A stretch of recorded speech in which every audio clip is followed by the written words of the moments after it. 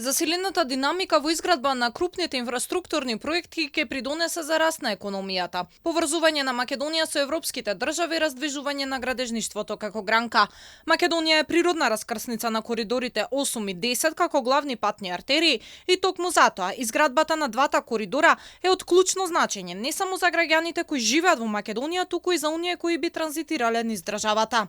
Експертската јавност гледа повеќе бенефити во владината стратегија и очекува таа да обезбеди поголема безбедност на патиштата. Ценам дека напредокот во изградбата, односно, како што вие кажавте, и завршувањето на овие работи, ќе овозможи многу подобра комуникација и на Република Македонија, не само со соседите, туку и со останатите европски држави. Сето тоа на крајот ќе продуцира и со зголемен транспорт по нашите патишта, вклучително оној транспорт кој што не е цел само на транспортот во Република Македонија, туку и низ нашата држава од останатите држави, размената на добра стока, услуги и така натаму. По повеќе годишен застој, засилена динамика е видлива и на автопатот Кичево-Охрид. Според податоците кои ги имаат во градежниот факултет, надминати се проблемите со асфалтот и се работи на надминување на предизвиците со свлечиштата. Доколку проложи ваквата динамика, реални се очекувањата дека ќе има функционален автопат до 2026 година,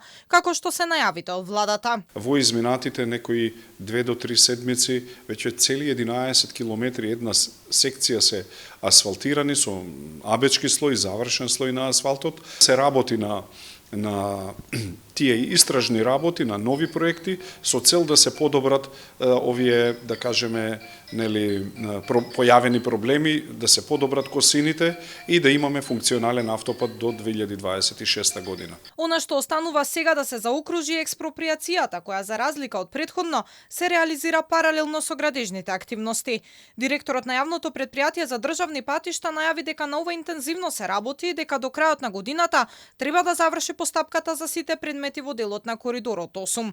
Инаку, минатиот месец стартуваше изградбата на автопатот Гостивар Букојчани, која е дел од коридорот 8 на западот од државава, која што практично ќе биде и најтешката траса од коридорот. Со завршување на овој автопат и со завршување на Кичево-Охрид од главниот град до најголемиот туристички центар во Македонија, ќе се патува за околу час и половина. Најтешко за изградба и според професорите од градежниот факултет ќе биде делницата Букојчани-Кичево, за која што министерот за транспорт кажа дека е во фаза на предселекција на изведувач.